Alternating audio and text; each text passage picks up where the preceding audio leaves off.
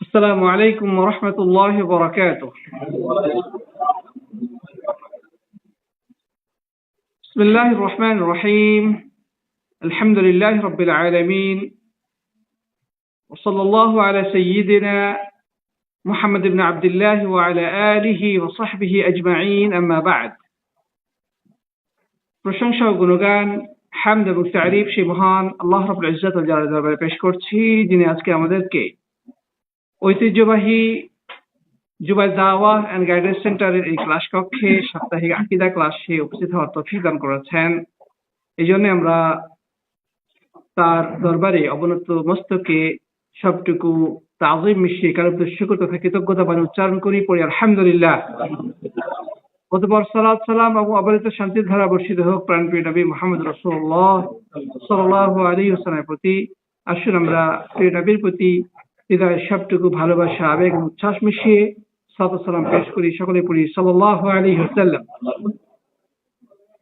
মুহতারাম মুআজ্জাজ প্রাণপ্রিয় উপস্থিতি, সম্মানিত সাথী বন্ধুগণ, দাওয়াতের ময়দানে এক অকুতোভয় সৈনিক, আলেমে রব্বানি, মুজাদ্দিদে দ্বীন আল ইমাম মুহাম্মদ ইবনে আব্দুল ওয়াহ্হাব রাহিমাহুল্লাহ কর্তৃক রচিত অনবদ্য গ্রন্থ উসুলুল ঈমান থেকে আমরা ধারাবাহিকভাবে আলোচনা করে আসছিলাম। তো আমরা গত ক্লাসে একটি হাদিসের উপরে আলোচনা শুরু করেছিলাম। তার মধ্যে আমরা সেই হাদিসের প্রথম অংশ নিয়ে আলোচনা করেছি। আজকে আমরা ওই হাদিসের আরেকটু অংশ নিয়ে আলোচনা করব ইনশাআল্লাহ তাআলা, এবং এরপরে হাদিসের আরেকটু অংশ থেকে যাবে, সেটা নেক্সট টাইম আলোচনা করবো ইনশাআল্লাহ তাআলা। যে হাদিসটি বর্ণনা করেছেন জাবের ইবনে আব্দুল্লাহ রাদিয়াল্লাহু তাআলা আনহু, এই হাদিসটি অত্যন্ত প্রসিদ্ধ। আল্লাহর নবী সাল্লাল্লাহু আলাইহি সাল্লাম সাধারণত জুমার খুতবায় প্রথমে তিনি যেই ভূমিকা দিয়ে শুরু করতেন, মূলত এটা হচ্ছে সেই হাদিস। এই হাদিসে আল্লাহর নবী সাল্লাল্লাহু আলাইহি সাল্লাম প্রথমে আল্লাহর প্রশংসা করে এরপরে তিনি যেটা বলতেন, আম্মা বা'দ ফাইন্না খায়রুল হাদিস কিতাবুল্লাহ ওয়া খায়রুল হাদি হাদি মুহাম্মাদিন সাল্লাল্লাহু আলাইহি ওয়াসাল্লাম ওয়া শাররুল উমুরি মুহদাসাতুহা ওয়া কুল্লু মুহদাসাতিন বিদআহ ওয়া কুল্লু বিদআতিন দালালাহ ওয়া কুল্লু দালালাতিন ফিন-নার। এই হাদিসটির অর্থ আমরা গত ক্লাসেও জেনেছি, তারপরে আজকে আবারও বলে দেই, তারপর ইনশাআল্লাহ তাআলা আমাদের উদ্দিষ্ট অংশটুকু নিয়ে সংক্ষেপে আলোচনা করার চেষ্টা করব ইনশাআল্লাহ তাআলা। এই হাদিসটির অর্থ হচ্ছে ফাইন্না খায়রুল হাদিস কিতাবুল্লাহ, নিশ্চয় সবচেয়ে উত্তম বাণী হচ্ছে আল্লাহর কিতাব, অর্থাৎ কোরআনুল কারীম। পৃথিবীতে যত কথা, যত বক্তব্য, যত আলোচনা ইত্যাদি রয়েছে, সবচেয়ে উৎকৃষ্ট, সবচেয়ে শ্রেষ্ঠ, সবচেয়ে মর্যাদাপূর্ণ, সবচেয়ে সুন্দর, সবচেয়ে যৌক্তিক, সবচেয়ে গ্রহণযোগ্য কথা বা বাণী হচ্ছে আল্লাহর কিতাব, কোরআনুল কারীম। কোরআন কারীম কার কালাম? আল্লাহর কালাম, আল্লাহর বাণী। অতএব ওমান আসদাকু মিনাল্লাহি কিলা, আল্লাহর থেকে আর সত্য কথা কার হতে পারে? ওমান আসদাকু মিনাল্লাহি হাদিসা, আল্লাহর থেকে অধিক সত্য কথা আর কার রয়েছে?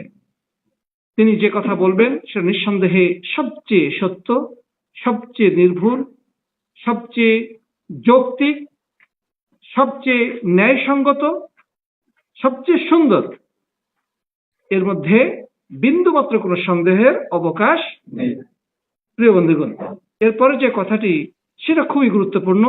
আজকে আমার আলোচনার বিষয় হচ্ছে সেটা হচ্ছে এরপরে নবী করিম সাল্লাল্লাহু আলাইহি ওয়াসাল্লাম বলতেন ওয়া খায়রুল হাদি হাদি মুহাম্মাদিন সাল্লাল্লাহু আলাইহি ওয়াসাল্লাম, যে সর্বশ্রেষ্ঠ হিদায়াত, দিক নির্দেশনা, গাইডেন্স, পথ নির্দেশনা মুহাম্মদ সাল্লাল্লাহু আলাইহি ওয়াসাল্লামের গাইডেন্স বা পথ নির্দেশনা।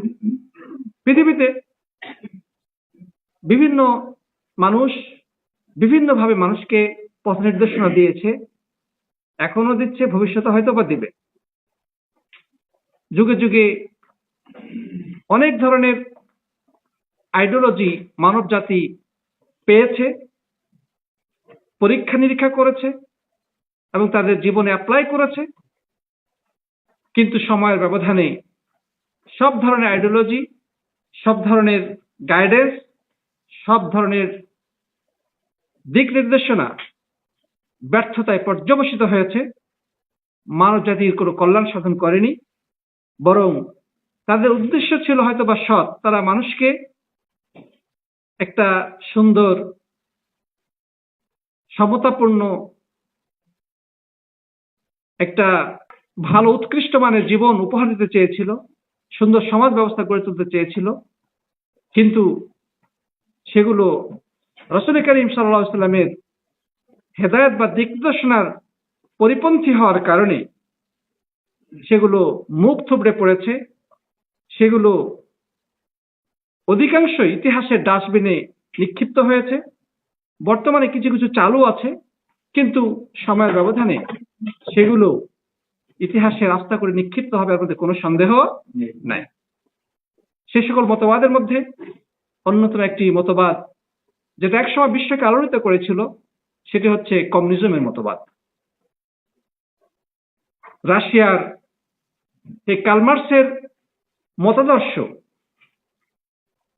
লেনিন যেটার প্রতিষ্ঠা করার জন্য রাশিয়াতে রক্তের বন্যা বইয়ে দিয়েছিল, সেখানে মানবতার যে এক ভয়াবহ পতন ঘটেছিল, ইতিহাস তার নির্মম সাক্ষী। কার্ল মার্কস কি চেয়েছিল? সে একটা থিওরি বা সে একটা আইডিওলজি বিশ্ববাসীর সামনে পেশ করেছিল। সেটা হচ্ছে যে সমতার ভিত্তিতে রাষ্ট্র ব্যবস্থা। কথাটা শুনতে দারুণ। সমাজে সবাই সমান থাকবে, কেউ উঁচুতলায় থাকবে, কেউ নিচুতলায় থাকবে, এটা হবে না। কেউ খাবে, কেউ খাবে না, তা হবে না, তা হবে না। এই ধরনের চটকদার স্লোগান নিয়ে সে কিন্তু সেই মতবাদকে বিশ্ব মানবতার সামনে পেশ করেছিল। অর্থাৎ তার উদ্দেশ্য ছিল যে সমাজে বৈষম্য দূরকরণ, সাম্যবাদ প্রতিষ্ঠা করা, সকলের মধ্যে একটা ভারসাম্যপূর্ণ অবস্থা বিরাজ করবে। কেউ খুব বড় কোটিপতি হয়ে যাবে আর কেউ ক্ষুধার জালে ধুকে ধুকে মরবে, এটা হতে পারে না। সবাই খাবে, সবাই পড়বে, সবাই সমানভাবে জীবনযাপন করবে। এই কথাগুলো শুনতে কিন্তু বেশ শুনতে ভালোই লাগে। তো ঠিকই তো, সমাজের মধ্যে সবাই এক সমান সমান সমান জীবনযাপন করবে, এটা অসুবিধাটা কোথায়, তাই না? এটাই তো কমিউনিজমের মূল বক্তব্য। কমিউনিজমের মূল বক্তব্য হচ্ছে সব মানুষ সমান, কোনো পার্থক্য থাকবে না, কোনো বৈষম্য থাকবে না। সবাই কাজ করবে, যে উপার্জন সে করবে সেটা সরকারের কাছে জমা দিবে। সরকার তখন প্রত্যেকের চাহিদা অনুযায়ী সমানভাবে সেই টাকা পয়সাগুলো বা সেই উপার্জনটা বন্টন করে দেবে। একজন যদি 2টা রুটি পায়, পাশের ব্যক্তি ও 2টা রুটি পাবে। মোট কথা এখানে কোনো ভেদাভেদ থাকবে না। প্রিয় বন্ধুগণ, আসলে এই ধরনের থিওরি মানবজাতি পরীক্ষা নিরীক্ষা করেছে, কিন্তু এটা কি আসলে মানবজাতির কোনো সঠিক সমাধান ছিল? না, সেটা ছিল না। যদি তাই না হতো, সেই রাশিয়াতেই সেই কমিউনিস্টের পতন ঘটেছে। সেই লেনিনের মূর্তিকে 5 পয়সা দিয়ে মানুষ কিনতে চায় নাই, বরং তার লেনিনকে সেই রাশিয়ার মানুষেরা পদপৃষ্ট করে তারা ধ্বংস করেছে। সে রাশিয়াতে এখন সেই কমিউনিজমের আর প্রয়োগ হয় না। সেই চীন দেশে মাও সেতুং, সে একই ধারায় এ ধরনের একটা সমতাপূর্ণ রাষ্ট্র ব্যবস্থা গড়ে তুলতে চেয়েছিল, কিন্তু চীনে কি এখন সেই তথাকথিত সমাজতন্ত্র বা সাম্যবাদী বা সাম্যবাদ বা কমিউনিজম আছে? না, সেখানে এই মতবাদেরও কোনো মূল্য নেই। যদিও এখনো কিছু কিছু দেশে এগুলা কিছুটা ফলো করার চেষ্টা করে, কিন্তু বাস্তবে সেই কার্ল মার্কসের মতবাদ প্রতিষ্ঠিত হয় নাই বা সেগুলো তারা ফলো করে না। এখানে মানুষ নিজের মতো সম্পদ জমা করতেছে, উপার্জন করছে, সেখানে ধনী গরিবের ব্যবধান আছে, মানুষ নিজস্ব জায়গা জমি ক্রয় করছে। তো সব মিলিয়ে কথা হচ্ছে যে এই কমিউনিজমের একটা জোয়ার বয়ে গেছিল এক সময়, আমাদের দেশেও সেই জোয়ার আছড়ে পড়েছিল। আমাদের দেশের উচ্চ শিক্ষা প্রতিষ্ঠানগুলোতে, বিশ্ববিদ্যালয়গুলোতে অনেক মেধাবী তরুণরা ঢুকে পড়েছিল সেই তথাকথিত কমিউনিজমের মতাদর্শে।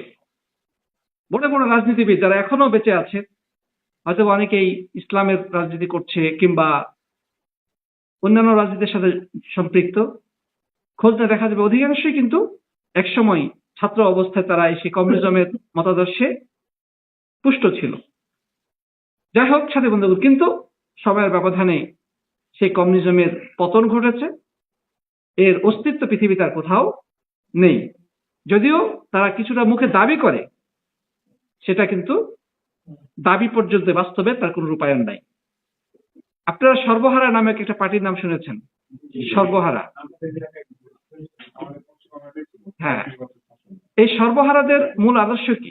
এরাও কিন্তু ওই সমাজবাদী বা সাম্যবাদী মতাদর্শের মানুষ। তারা বলতো যে সমাজে কেউ ধনী কেউ গরিব এটা হতে পারে না, সবাই সমান সমান থাকবে। এই জন্যে আমাদের এলাকায় একটা মানুষ ছিল, সে কি করত? সে রাত্রে ধনীর ধানের ক্ষেত থেকে ধান কেটে চুরি করে নিয়ে এসে গরিবের বাড়িতে দিয়ে আসতো। কত বড় মানে মানবতার কল্যাণ নিবেদিত প্রাণ, যে ধনীর ধান চুরি করে গরিবের বাড়িতে দিয়ে আসতো। প্রিয় বন্ধুগণ, এটা নানা কারণে ব্যর্থতার পরিচয় দিয়েছে বা নানা কারণে এটি মুখ থুবড়ে পড়েছে। এর অন্যতম একটি কারণ হলো যে কমিউনিস্ট বা কমিউনিজম মানুষের যোগ্যতা, মানুষের মেধা, মানুষের পরিশ্রমকে মূল্যায়ন করেনি। একজন মানুষ যে ছাত্র অবস্থায় প্রচুর পরিমাণ পরিশ্রম করেছে, অনেক কষ্ট করে লেখাপড়া করেছে, সে ভালো মানের ডাক্তার হয়েছে, ইঞ্জিনিয়ার হয়েছে, সে আর্কিটেকচার হয়েছে, সে কম্পিউটার সায়েন্স নিয়ে পড়াশোনা করে অনেক উন্নতি লাভ করেছে। তাহলে যেই লোকটা লেখাপড়া এবং এত কষ্ট এবং ত্যাগের বিনিময়ে যোগ্যতা অর্জন করেছে, তার উপার্জন, এবং যেই লোক লেখাপড়া করে নাই, শয়তানি ভণ্ডামি করে বেরিয়েছে, দুষ্টামি করে সময় কাটিয়েছে, পড়াশোনা ঠিক মতো করে নাই, ফলে কি হয়েছে? পরীক্ষায় 0 পেয়েছে, ভালো রেজাল্ট করতে পারে নাই, যার কারণে সে কোনো ভালো পদেও যেতে পারে নাই। তাহলে এখন যদি আপনি বলেন যে উভয়কে সমান দৃষ্টিতে দেখা হবে, সেটা কি সম্ভব?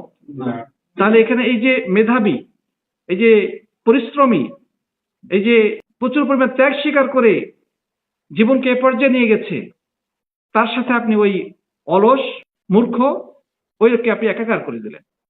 এটা দ্বারা মানুষের প্রকৃত মূল্যায়ন কোনোভাবে হতে পারে না। সবাই টাকা পয়সা উপার্জন করে সরকারকে জমা দিবে, আর সরকার সেগুলো সমানভাবে খরচ করবে। তার মানে কি মানুষ কি রোবট? হ্যাঁ, মানুষের কোনো অধিকার বলতে কিছু নাই। মানুষ শুধু রোবটের মতো কাজ করবে, আর যে উপার্জন হবে সেটা সরকার জমা নিবে এবং সবার জন্য রুটি ভাগ করে দেবে। এটা কোনো কথা হতে পারে? এর দ্বারা মানুষের যোগ্যতাকে, মানুষের সম্মানকে অবমূল্যায়ন করা হয়েছে। অতএব এটা কোনো যৌক্তিক মতবাদ হতেই পারে না। প্রিয় বন্ধুগণ, আবার যদি আমরা দেখি ক্যাপিটালিজম বা পুঁজিবাদের দিকে, তারা দেখবো কি তাদের কথা হচ্ছে সম্পূর্ণ বিপরীত। তাদের মতাদর্শ হচ্ছে আর বিপরীত। তুমি যা খুশি তাই করো, তুমি যত পারো অর্থ উপার্জন করো।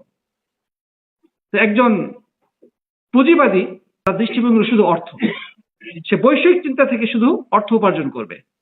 সে 10 তলা, 20 তলা, 30 তলা, 50 তলা বিল্ডিং নিয়ে বসবাস করবে, কিন্তু তার ওই 50 তলা বিল্ডিং এর নিচে কুড়ে ঘরে একটা মানুষ যদি না খেয়েও মরে যায়, তার প্রতি তার কোনো দায় দায়িত্ব নেই। হ্যাঁ, সে যদি দেয় ইচ্ছা করে সেটা তার ব্যাপার, কিন্তু আবশ্যিকভাবে তার কোনো দায় দায়িত্ব নাই। এটাও মানবতার জন্য কোনো কল্যাণকর মতাদর্শ হতে পারে না। এর বিপরীতে ইসলাম কি বলেছে? আল্লাহ নবী সাল্লাল্লাহু আলাইহি ওয়াসাল্লাম যেই আদর্শ বিশ্ব মানবতার সামনে পেশ করেছেন, সেটা তার নিজস্ব কোনো মতবাদ নয়, এটি আল্লাহর পক্ষ থেকে নাজিলকৃত ওহী। সেখানে আল্লাহ সুবহানাহু ওয়া তাআলা মানুষকে স্বাধীনতা দিয়েছে। আহাল্লাল্লাহুল বাই'a ওয়া হাররামার রিবা। আল্লাহ তাআলা ব্যবসাকে হালাল করেছেন, সুদকে হারাম করেছেন। আপনি ব্যবসা করেন, অর্থ উপার্জন করেন, অঢেল সম্পত্তি উপার্জন করেন, কোনো বাধা নাই, ইসলাম বাধা দেয় না। আপনার যোগ্যতা অনুযায়ী আপনি যে কোনো ব্যবসা করে অর্থ উপার্জন করতে পারেন, তবে সুদ ভিত্তিক অর্থনীতির দিকে যাওয়া যাবে না। সুদ সম্পূর্ণ হারাম। ব্যবসা করবেন, ব্যবসা করেন, কিন্তু ব্যবসার মধ্যে হালাল হারাম বেঁচে চলতে হবে।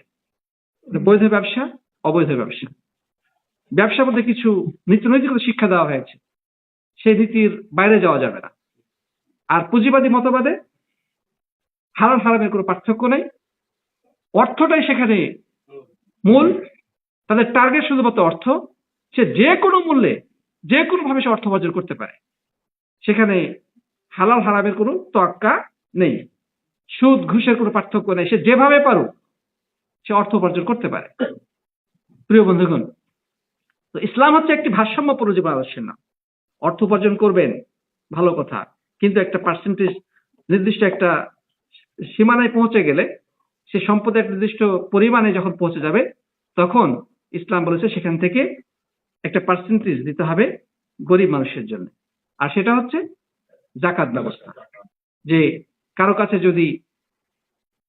যদি 1 বছর ধরে, দীর্ঘ 1 বছর ধরে 85 গ্রাম স্বর্ণ কিংবা তার সমমূল্যের অর্থ, ব্যবসায়িক পণ্য, নগদ ক্যাশ, ব্যাংক ব্যালেন্স ইত্যাদি জমা থাকে, কোনো কাজে তার খরচ না হয়, তাহলে সেখান থেকে শতকরা 2.5 টাকা যাকাত বের করে সমাজের দুস্থ অসহায় মানুষ এবং যে 8টা খাত দেওয়া হয়েছে সূরা তাওবা 60 নম্বর আয়াতে, সেই খাতগুলোতে সে বন্টন করতে বাধ্য। আবশ্যিকভাবে তাকে সেটা দিতেই হবে। যদি সেই অংশটুকু না দেয়, সরকার প্রয়োজনে আইন প্রয়োগ করে তার কাছ থেকে সেটা আদায় করবে। এটা জরুরি। আল্লাহ নবী সাল্লাল্লাহু আলাইহি ওয়াসাল্লাম বলেছেন, তুখাযু মিন আগনিয়াইহিম ওয়া তুরাদ্দু ইলা ফুকারাইহিম। মুআয ইবনে জাবাল রাদিয়াল্লাহু তাআলা আনহু যখন ইয়ামানে যান, তখন নবী আকরাম সাল্লাল্লাহু আলাইহি ওয়াসাল্লাম মুআয বিন জাবালকে বলেছিলেন যে তুমি সর্বপ্রথম তাদেরকে তাওহীদের দাওয়াত দিবে, তাহলে তাওহীদ মেনে নেয় তাহলে নামাজের দাওয়াত দিবে, নামাজ যদি মেনে নেয় তাহলে যাকাতের দাওয়াত দিবে, যে সেই যাকাতের সম্পদটা গরিব ধনীদের থেকে নিয়ে গরিবদেরকে দেওয়া হবে। তো ইসলামের বিধানটা হচ্ছে যে তুমি টাকার পাহাড় গড়ে তোলো, কোনো বাধা নেই, হালাল পন্থায় ব্যবসা করো, হালাল ভাবে তুমি উপার্জন করো, কোটি কোটি টাকা উপার্জন করো, শরীরে কোনো বাধা নেই, তবে তোমাকে সেই সম্পদের হক আদায় করতে হবে, আর সেটা হচ্ছে তাকে যাকাত দিতে হবে। তো সাথী বন্ধুগণ, এইভাবে ইসলাম ভারসাম্য রক্ষা করেছে ধনী এবং গরিবের মাঝে। ধনীরা অঢেল সম্পদ উপার্জন করবে কিন্তু যাকাত বের করবে না, এটা হতে পারে না। বরং রাষ্ট্র যাকাত আদায় করার জন্য বিশেষ একদল কর্মকর্তাকে নিয়োগ দিবে, যারা ধনীদের সম্পদের হিসাব করে সেখান থেকে যাকাত আদায় করবে এবং যাকাতের যে খাতগুলো রয়েছে সেই খাতে সেগুলোকে যথা নিয়মে বন্টন করবে। যদি ধনীরা যাকাত বের করত, ধনীদের যাকাতগুলো নিয়ে গরিবদের বন্টন করা হতো, তাহলে আমাদের বাংলাদেশের কথা বলি, এটা 100% নিশ্চিত যে কোনো মানুষ না খেয়ে মরতো না, কোনো মানুষ শীতে কাতরাতো না, কোনো এতিম অসহায় বিধবা নারী ধুকে ধুকে কষ্টে জীবনযাপন করতো না। সবার মুখে খাবার আসতো, সবার গায়ে কাপড় হতো, সবাই একটু সুন্দর জীবনযাপন করতে পারত। কিন্তু যাকাত ব্যবস্থা থেকে দূরে থাকার কারণে ধনীরা ধনী হয়েই যাচ্ছে, আর গরিবরা দারিদ্রতার জাতাকলে পিষ্ট হয়েই চলেছে। প্রিয় বন্ধুগণ, তো যাই হোক, আমরা যে কথা বলতে চাচ্ছিলাম যে খায়রুল হাদি হাদি মুহাম্মদ সাল্লাল্লাহু আলাইহি ওয়াসাল্লাম, আল্লাহ রাসূল সাল্লাল্লাহু আলাইহি ওয়াসাল্লাম যেই হেদায়েত, যে গাইডেন্স, যে দিক নির্দেশনা দিয়েছেন, এটা হচ্ছে সর্বশ্রেষ্ঠ দিক নির্দেশনা। এর থেকে উত্তম কোন আইডিওলজি, কোন থিওলজি, কোন মতবাদ, কোন মতাদর্শ, কোন দিক নির্দেশনা থাকতে পারে না। প্রিয় বন্ধুগণ, এটি শুধু দুনিয়াবী ক্ষেত্রে নয়, দিন দুনিয়া উভয় ক্ষেত্রে। ইবাদতের ক্ষেত্রে আল্লাহ নবী সাল্লাল্লাহু আলাইহি ওয়াসাল্লামের যে ইবাদতের পদ্ধতি, সর্বশ্রেষ্ঠ পদ্ধতি। তিনি নামাজ পড়েছেন, রোজা রেখেছেন, তিনি মানব সমাজে থেকে মানুষের সাথে জীবনযাপন করেছেন। সত্যিকার অর্থে মানব জাতি তার যদি এই গাইডেন্স গুলো, এই দিক নির্দেশনাগুলো ফলো করে, নিঃসন্দেহে সে একটি সুন্দর ভারসাম্যপূর্ণ জীবনের অধিকারী হবে। এখানে কোনো বাড়াবাড়ির সুযোগ নেই, ছাড়াছাড়ির কোনো সুযোগ নেই। যেখানে যতটুকু প্রয়োজন ততটুকু সে করতে পারবে। তিনজন ব্যক্তি এসে মা জননী আয়েশা রাদিয়াল্লাহু আনহাকে প্রশ্ন করলেন যে, হে আম্মা, ইয়া উম্মুল মুমিনিন, রাসূল করিম সাল্লাল্লাহু আলাইহি ওয়াসাল্লামের ইবাদত কেমন ছিল, আপনি আমাদেরকে একটু বিবরণ দিন। তখন তিনি তাদেরকে বিবরণ দিলেন। কিন্তু তারা এই বিবরণ শুনে মনে হলো যে ইবাদত খুবই কম, আল্লাহ রাসূল খুব কম ইবাদত করতেছেন। তো তিনজনের মধ্যে একজন বলল যে, আমি সিদ্ধান্ত নিয়েছি আমি নফল রোজা কোনোদিনই ছাড়বো না, আমি সারা বছর নফল রোজা করে যাব। আর আরেকজন বললেন, আমি এখন থেকে সিদ্ধান্ত নিলাম আমি রাতে ঘুমাবো না, সারা রাত আমি নফল নামাজ পড়বো। আরেকজন বললেন যে, এখন থেকে সিদ্ধান্ত নিলাম আমি তো এখনো বিয়ে শাদী করি নাই, তবে বিয়ে শাদী করবো না, জীবনে বিয়ে করবো না। আল্লাহ নবী সাল্লাল্লাহু আলাইহি ওয়াসাল্লাম ঘর থেকে তাদের কথাগুলো শুনছিলেন। তিনি বের হয়ে আসলেন। তারপর তিনি বললেন, তোমরা কি যেন বলা বলি করছিলে? তখন একজন বললেন যে, হে রাসূল, আমি যেটা বলছিলাম যে আমি আর কখনোই কোনোদিনই রোজা ছাড়বো না, প্রতিদিন আমি নফল রোজা রাখবো। আর আরেকজন বললেন যে, আমি সারা রাত ধরে নফল নামাজ পড়বো, রাত্রে ঘুমাবো না। আরেকজন বললেন, আমি বিয়ে শাদী করবো না, আমি বৈরাগ্য জীবন যাপন করবো। নবী আকরাম সাল্লাল্লাহু আলাইহি ওয়াসাল্লাম কি বললেন যে, দেখো, আমি হচ্ছি আল্লাহর নবী, আমি আল্লাহকে সবচেয়ে বেশি ভালোবাসি, সবচেয়ে বেশি ভয় করি, কিন্তু আমি সুম ওয়া ইফতার, আমি রোজা রাখি আবার রোজা ছেড়েও দেই। বা উসাল্লি ওয়া আনাম, আমি রাতের কিছু অংশ নামাজ পড়ি আবার ঘুমাই। ওয়া আনা আতাযাওয়াজু নিসা, আমি একাধিক স্ত্রীর সাথে বিবাহ বন্ধনে আবদ্ধ হয়েছি। সুবহানাল্লাহ। তো ফামান রাগিবা আন সুন্নতি ফালাইসা মিন্নি, কেউ যদি আমার সুন্নাহ বা আমার আদর্শ থেকে মুখ ফিরিয়ে চলে, সে আমার উম্মতের অন্তর্ভুক্ত হয়। সুবহানাল্লাহ। তার মানে আল্লাহ নবী সাল্লাল্লাহু আলাইহি ওয়াসাল্লাম এখানে যেটা করেছে, ভারসাম্যপূর্ণ একটা দিক নির্দেশনা, একটা ভারসাম্যপূর্ণ নীতির উপরে পরিচালিত হয়েছেন। রাত্রে একটা মানুষের ঘুমের প্রয়োজন আছে না নেই? ঘুম ছাড়া জীবন আমাদের অচল। তো নিজেকে কষ্ট দিয়ে সারা রাত নির্ঘুম থাকার কোনো অর্থ হয় না। আল্লাহ নবী সাল্লাল্লাহু আলাইহি ওয়াসাল্লাম কিছু অংশ ঘুমাতেন, আবার কিছু অংশ ইবাদত বন্দেগীতে তিনি কাটাতেন। এটা হচ্ছে ভারসাম্যপূর্ণ জীবন। আল্লাহ নবী সাল্লাল্লাহু আলাইহি ওয়াসাল্লাম রোজা রেখেছেন, আবার নফল রোজা মাঝে মাঝে ছেড়েছেন। বরং তিনি বলেছেন, আফদালুস সিয়ামি সাওমু দাউদ, পদ্ধতিগতভাবে সবচেয়ে উত্তম সওমের পদ্ধতি হচ্ছে দাউদ আলাইহিস সালামের সওমের পদ্ধতি। অর্থাৎ দাউদ আলাইহিস সালাম যেভাবে রোজা রাখতেন, যেই পদ্ধতি ফলো করতেন, সেটা হচ্ছে সবচেয়ে উত্তম পদ্ধতি। সেটা হচ্ছে কি, কানা ইয়াসুমু ইয়াওমান ওয়া ইফতিরু ইয়াওমান, যে তিনি একদিন রোজা রাখতেন, একদিন রোজা রাখতেন না, একদিন রোজা রাখতেন, একদিন রোজা রাখতেন না। এই জন্য হাদিসে সবে বিসাল নিষিদ্ধ। বিসাল মানে হচ্ছে ধারাবাহিকভাবে কন্টিনিউয়াসলি রোজা রাখা, এটা নিষিদ্ধ। প্রিয় বন্ধুগণ, তো আল্লাহ নবী সাল্লাল্লাহু আলাইহি ওয়াসাল্লাম তিনি ছিলেন সবচেয়ে আল্লাহকে ভয়কারী, সবচেয়ে বেশি ইবাদত গুজার, সবচেয়ে আল্লাহকে অধিক ভালোবাসতেন। নাকি আমরা তার থেকে বেশি ভালোবাসি? নাকি আমরা তার থেকে বেশি আল্লাহকে ভয় করি? নাকি আমরা তার থেকে বেশি জানি আল্লাহ সম্পর্কে? অবশ্যই না, তাই না? অতএব আমরা যদি তার আদর্শ থেকে বিচ্যুত হয়ে বাড়াবাড়ি করি, তাহলে রাসূল করিম সাল্লাল্লাহু আলাইহি ওয়াসাল্লাম কি বলেছেন? ফালাইসা মিন্নি, সে আমার আদর্শ থেকে বিচ্যুত, সে আদর্শের বাইরে। আল্লাহ রাসূল সাল্লাল্লাহু আলাইহি ওয়াসাল্লাম স্ত্রী ছিল। ভাই, এই পৃথিবীটাতেও আল্লাহ সুবহানাহু ওয়া তাআলা এভাবেই সৃষ্টি করেছেন, এভাবেই এই পৃথিবীতে বনি আদমের আবির্ভাব ঘটেছে। স্বামী স্ত্রী মিলনের মাধ্যমে পৃথিবীতে বনি আদম ছড়িয়ে পড়েছে।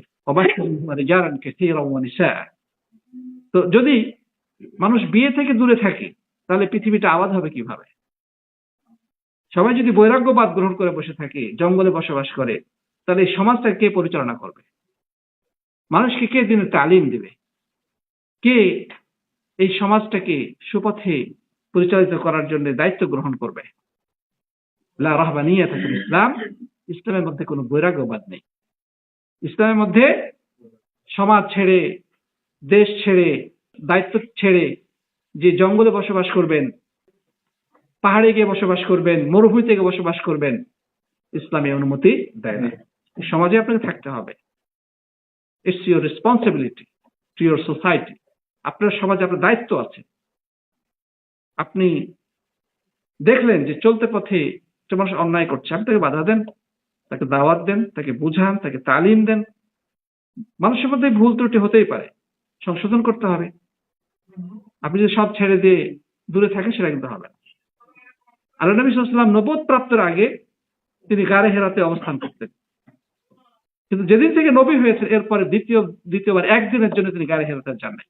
তো যারা বর্তমানে বৈরাগ্যবাদিতা শিক্ষা দেয়, বলছে গারে হেরার উদাহরণ দিয়ে যে নবী সাল্লাল্লাহু আলাইহি ওয়াসাল্লাম সমাজ ছেড়ে দিয়ে তিনি হেরা পর্বতে ছিলেন, ওখানে তিনি ধ্যানমগ্ন থাকতেন, এই জন্য সেখানে যে মুরাকাবা, আল্লাহ নবী মুরাকাবা করতে, মুরাকাবার শিক্ষা দেয়, আছে না নাই?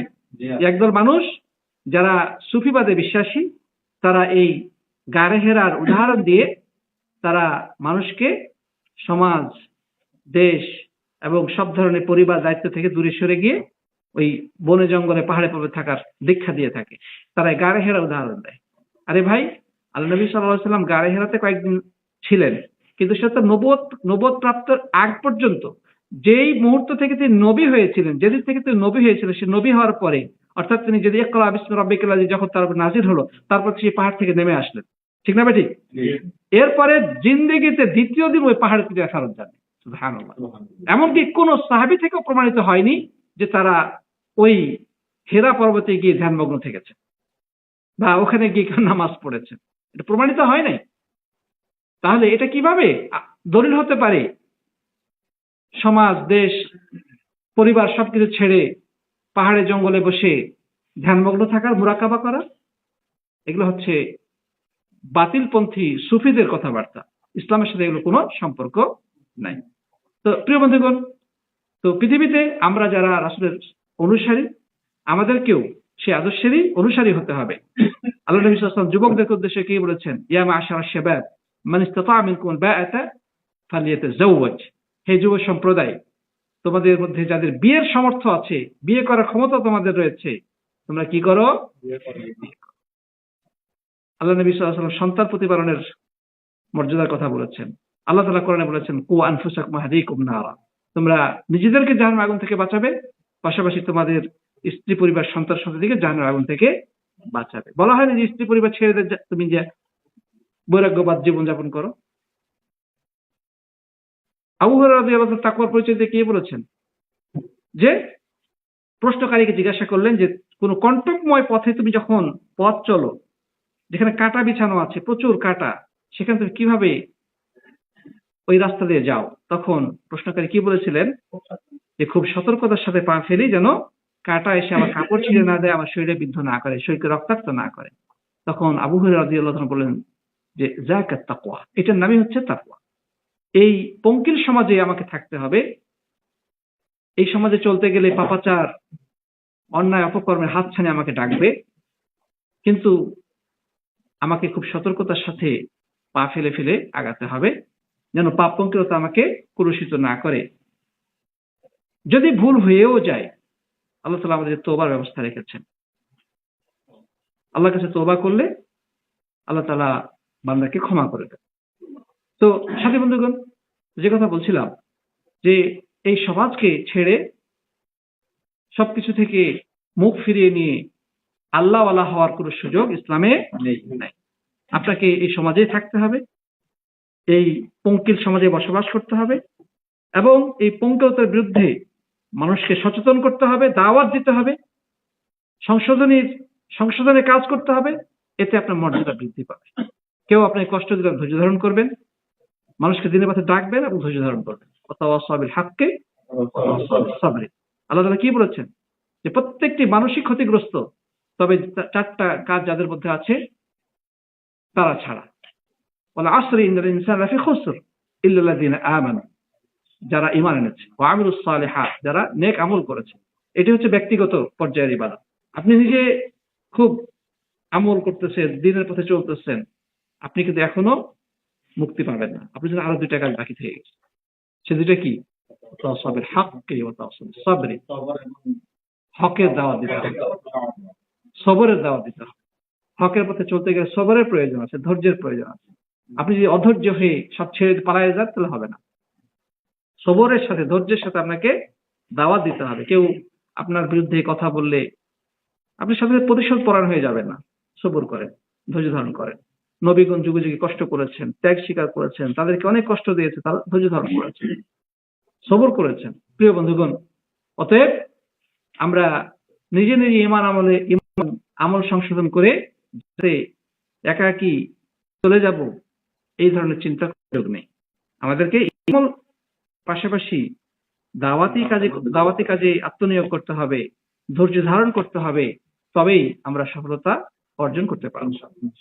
প্রিয় বন্ধুগণ, বর্তমানে অনেক সুফিবাদী আছে যারা মনে করে যে ইবাদত করতে করতে জীবনে একটা পর্যায়ে, ইবাদত করতে করতে একটা পর্যায়ে তখন আর ইবাদত করা, তার ইবাদত করা লাগে না, দরজায়ে কামাল তাক পৌঁছ গিয়া।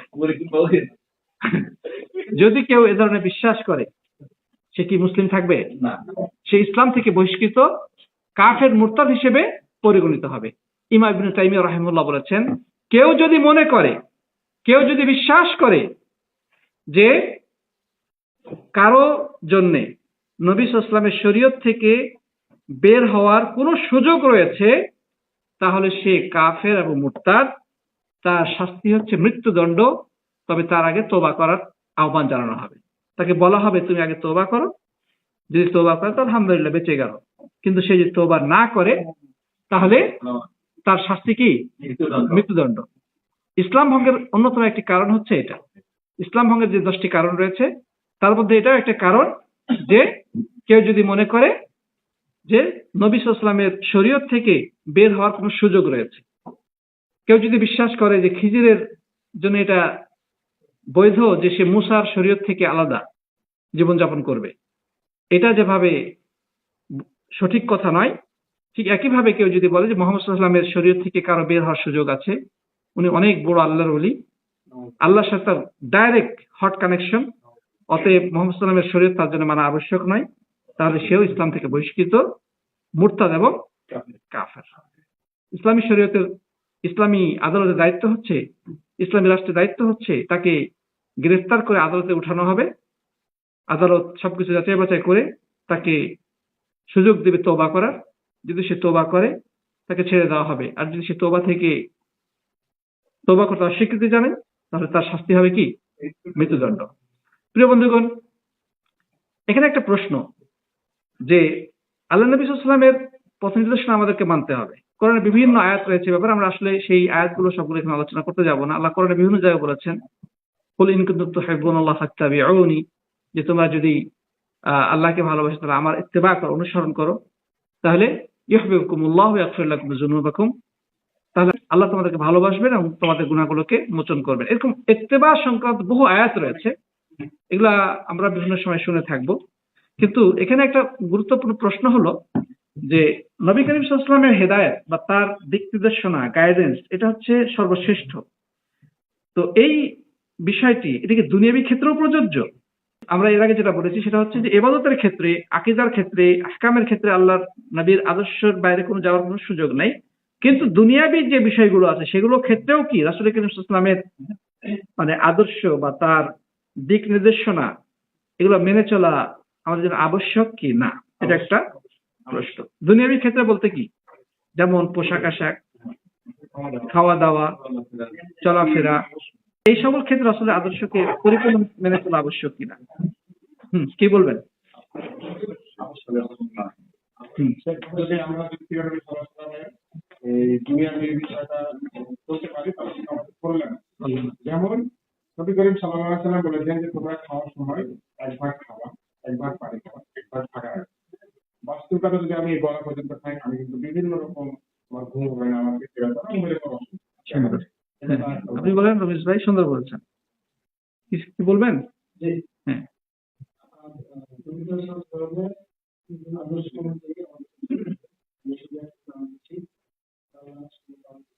সাল্লাল্লাহু আলাইহি ওয়াসাল্লাম।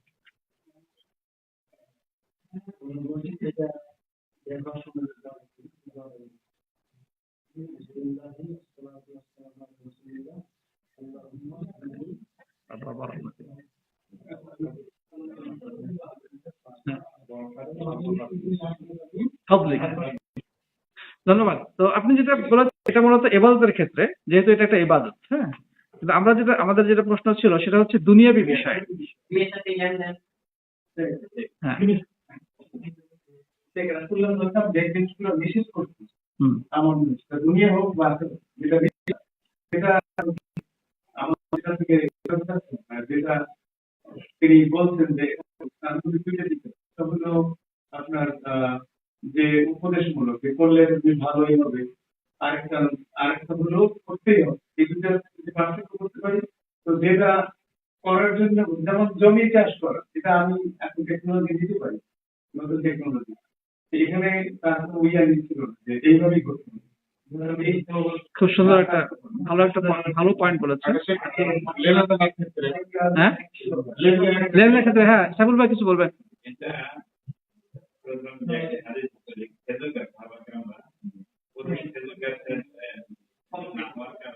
পরাগায়ন পুরুষ খেজুরের ফুলকে নারী খেজুরের গাছে পরাগায়ন করেনি একবার রাসূল সাল্লাল্লাহু আলাইহি ওয়াসাল্লামের নির্দেশনা অনুযায়ী। তারা নিষেধ করে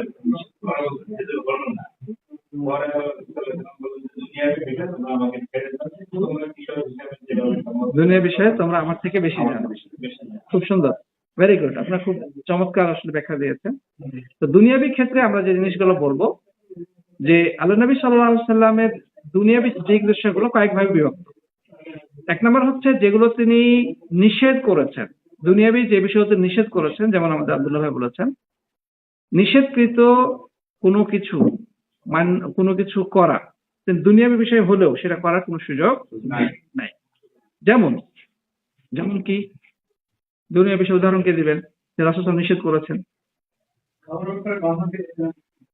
হ্যাঁ, নবী করিম সাল্লাল্লাহু আলাইহি ওয়াসাল্লাম হাদিসে বলছে বাম হাতে খাওয়া যাবে না, টাকনুর নিচে কাপড় পরা যাবে না। তারপরে ওই যে লা তালবিসু দিবাজ আল হারির লা তাশরাবু ফি আইনাতি যাহাব ওয়াল ফিদ্দা, যে তোমরা স্বর্ণ এবং রূপের পাত্রে পানাহার করিও না, এবং তোমরা রেশমি পোশাক পরিধান করিও না, মোটা কিংবা চিকন রেশমি পোশাক পরা থেকে বিরত থাকবে। দেখেন, পোশাক পরার বিষয়টি উন্মুক্ত, কিন্তু যেটা নিষেধ করা হয়েছে সেটা করা যাবে না। আপনি যে কোনো ধরনের পোশাক পরতে পারেন, সেটা উলের তৈরি হোক, সুতার তৈরি হোক, বা অন্য যে কিছু থেকে তৈরি হোক না কেন, আপনি স্বাধীনভাবে পড়তে পারবেন। তবে শর্ত হচ্ছে যে রেশম কিংবা তুঁতপোকা থেকে তৈরিকৃত যে সুতা, যেটাকে বলা হয় রেশম বা সিল্ক, সেটা পরা যাবে না। কৃত্রিম সিল্ক পরা যাবে, কোনো সমস্যা নেই। তো এটা এখানে নিষেধাজ্ঞা আরোপ করা হয়েছে, এটা করা যাবে না। বাকি আপনি সব ধরনের পোশাকই পড়তে পারবেন, শুধু ছেলেদের ক্ষেত্রে, মেয়েদের জন্য এটা আবার যায়। আর স্বর্ণ এবং রূপের তৈরি করা পাত্রে খাওয়া যাবে না, পান করা যাবে না, নারী পুরুষ সকলের জন্য, আপনি পোশাক পরেন, কিন্তু কাফেরদের সাদৃশ্য অবলম্বন করা যাবে না, বিধর্মীদের সাদৃশ্য অবলম্বন করা যাবে না। পোশাক যা কিছু পরেন, কিন্তু এমন টাইট ফিট পোশাক পরা যাবে না যার কারণে পোশাকের যেটা মূল উদ্দেশ্য সেটা ব্যাহত হয়। যেমন পোশাক উদ্দেশ্য হচ্ছে লজ্জাস্থান ছেলেকে ঢেকে রাখা, কিন্তু যদি কেউ এমন টাইট ফিট পোশাক পরে যে তার লজ্জাস্থানগুলো আরো উন্মোচিত হয় বা ভেসে ওঠে, তাহলে সেটা না যায়। এমন পাতলা পোশাক পরতেছে যে চামড়া দেখা যাচ্ছে, এটা হারাম। হ্যাঁ, যে তার লজ্জাস্থানগুলো দেখা যাচ্ছে, সেটা অবশ্যই হারাম। তারপরে বিপরীত লিঙ্গের পোশাক পরা যাবে না, নারীরা পুরুষদের পোশাক আশাক, জুতা জামা ইত্যাদি পরিধান করতে পারবে না, আর নারীরা পুরুষদের জুতা জামা পোশাক আশাক পরিধান করতে পারবে না, তাদের লাইফস্টাইল ফলো করতে পারবে না। পুরুষরা যেভাবে কথা বলে, যেভাবে হাঁটা চলাফেরা করে, নারীদের জন্য ইচ্ছাকৃতভাবে সেটা করা যায়। অনুরূপভাবে নারীদের ক্ষেত্রেও এ ধরনের সাদৃশ্য অবলম্বন করার কোনো সুযোগ নেই। নারী পুরুষ সকলের জন্য একে অপর বিপরীত লিঙ্গের পোশাক আশাক, কথা বলার স্টাইল, চলার স্টাইল হ্যাঁ, এগুলো সাদৃশ্য অবলম্বন করার সুযোগ নাই। তো এইভাবে করে প্রিয় বন্ধুগণ, ইসলাম আমাদের কিছু দিক নির্দেশনা দিয়েছে, রাসূল করিম সাল্লাল্লাহু আলাইহি ওয়াসাল্লাম কিছু আমাদেরকে গাইডেন্স দিয়েছে, আমাদেরকে সেটা ফলো করতে হবে। বাকি আপনি যে দেশে বসবাস করছেন, যে সমাজে আপনি জীবনযাপন করছেন, সেই সমাজের সাথে সঙ্গতি রেখে পোশাক পরবেন। সমাজের সাথে সঙ্গতি রেখে কি করবেন? পোশাক। আপনি আমেরিকার মানুষ, আমেরিকায় থাকছেন, আমেরিকার লাইফস্টাইল আপনি অনুসরণ করবেন। শর্ত হচ্ছে যতক্ষণ পর্যন্ত শরীয়তের সাথে সাংঘর্ষিক না হবে। কথা বোঝা গেছে? এই শর্তগুলো ঠিক রেখে আপনাকে টাকা নিচে প্যান্ট পরা যাবে না, বিপরীত লিঙ্গের সাথে সম ইত্যাদিগুলো, ধর্মীয় পোশাক পরা যাবে না ইত্যাদি। এদের জন্য আমাদের পাক ভারত উপমহাদেশে যে পোশাকের পদ্ধতি, যে পোশাকের যে আপনার যে ধরন, সেগুলো আরবদের ধরন থেকে আলাদা। ঠিক না ঠিক? আরবদের ধরন থেকে আলাদা। রাসূল করিম সাল্লাল্লাহু আলাইহি ওয়াসাল্লাম কি এই ধরনের পাঞ্জাবি পরেছেন কখনো? জুব্বা ছিল, লম্বা চাদর পরেছেন, রাসূল করিম সাল্লাল্লাহু আলাইহি ওয়াসাল্লাম চাদর পরেছেন, লঙ্গি। তো খাওয়ার ব্যাপারটা রাসূল সাল্লাল্লাহু আলাইহি ওয়াসাল্লাম কদু পছন্দ করতেন। কদু। এখন আপনি যদি কদু পছন্দ করেন, রাসূলের প্রতি ভালোবাসা রেখে, গুড, ভালো, আপনি নিয়ত কারণে সওয়াব পাবেন। কিন্তু কেউ যদি বলে আমার কদু ভালো লাগে না, অন্য কিছু ভালো লাগে, তাহলে এটা তার জন্য জায়েজ আছে, সে অন্য যেটা ভালো লাগে সেটা সে খেতে পারে। ঠিক না ঠিক? রাসূল করিম সাল্লাল্লাহু আলাইহি ওয়াসাল্লাম খেতে বসেছেন, একই সাথে তার এক সাহাবীকে রাসূল সাল্লাল্লাহু আলাইহি ওয়াসাল্লাম এবং এক সাহাবী দাওয়াত খেতে গিয়েছেন। তো তাদের দস্তরখানে দেওয়া হয়েছে সান্ডা। সান্ডা মানে গুই সাপ জাতীয় একটা প্রাণী, এটা মরুভূমিতে পাওয়া যায়। গুই সাপের মতো, কিন্তু গুই সাপ না আবার। গুই সাপ না, গুই সাপের মতো, যেটা আরব সাধারণত মরুভূমিতে পাওয়া যায়। তো রাসূল করিম সাল্লাল্লাহু আলাইহি ওয়াসাল্লাম এক সাহাবীর বাড়ি দাওয়াত খেয়ে গিয়েছেন, তার সাথে আরেকজন সাহাবী আছে। তো তাদের পাত্রে এই সান্ডা দেওয়া হয়েছে খাওয়ার জন্য। তো ওই সাহাবী খাওয়া শুরু করেছেন, নবী করিম সাল্লাল্লাহু আলাইহি ওয়াসাল্লাম হাত লাগাচ্ছেন না, তিনি খাচ্ছেন না। তখন তাকে প্রশ্ন করা হলো যে, হে রাসূল, আপনি খাচ্ছেন না, এটা কি হারাম?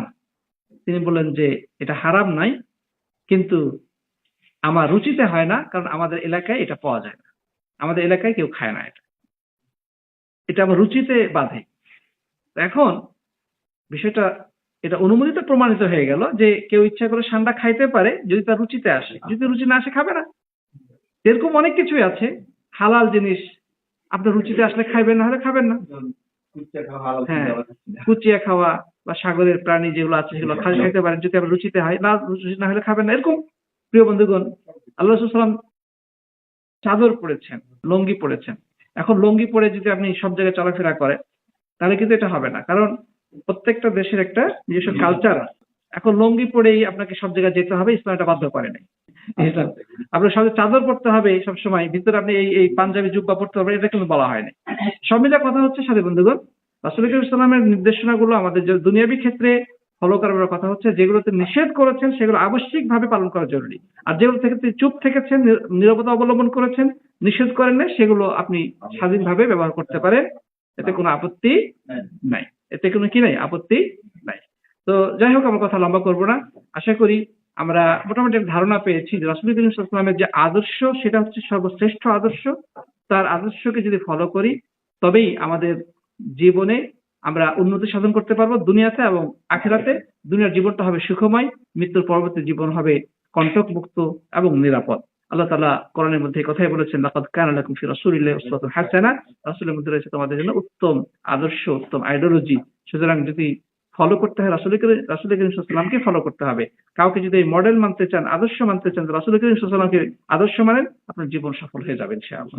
আল্লাহ তাআলা আমাদের সবাইকে প্রিয় নবী সাল্লাল্লাহু আলাইহি ওয়াসাল্লামের আদর্শ অনুযায়ী, তার দেখানো পথ অনুযায়ী, তার সুন্নাহ অনুযায়ী জীবন পরিচালনা করার তৌফিক দান করুন আল্লাহুম্মা আমিন। আল্লাহ যেন আমাদের সব ধরনের ভ্রান্ত মতবাদ থেকে হেফাজত করুন, পড়ি আল্লাহুম্মা আমিন। সবাইকে অনেক অনেক ধন্যবাদ জানিয়ে আজকের আলোচনা এখানে সমাপ্ত করছি। জাযাকুমুল্লাহু খাইরান। হাদা সাল্লাল্লাহু আলা নবিয়িনা মুহাম্মদ ওয়া আলা আলিহি ওয়া সাহবিহি আজমাইন। আসসালামু আলাইকুম ওয়া রাহমাতুল্লাহি ওয়া বারাকাতুহু।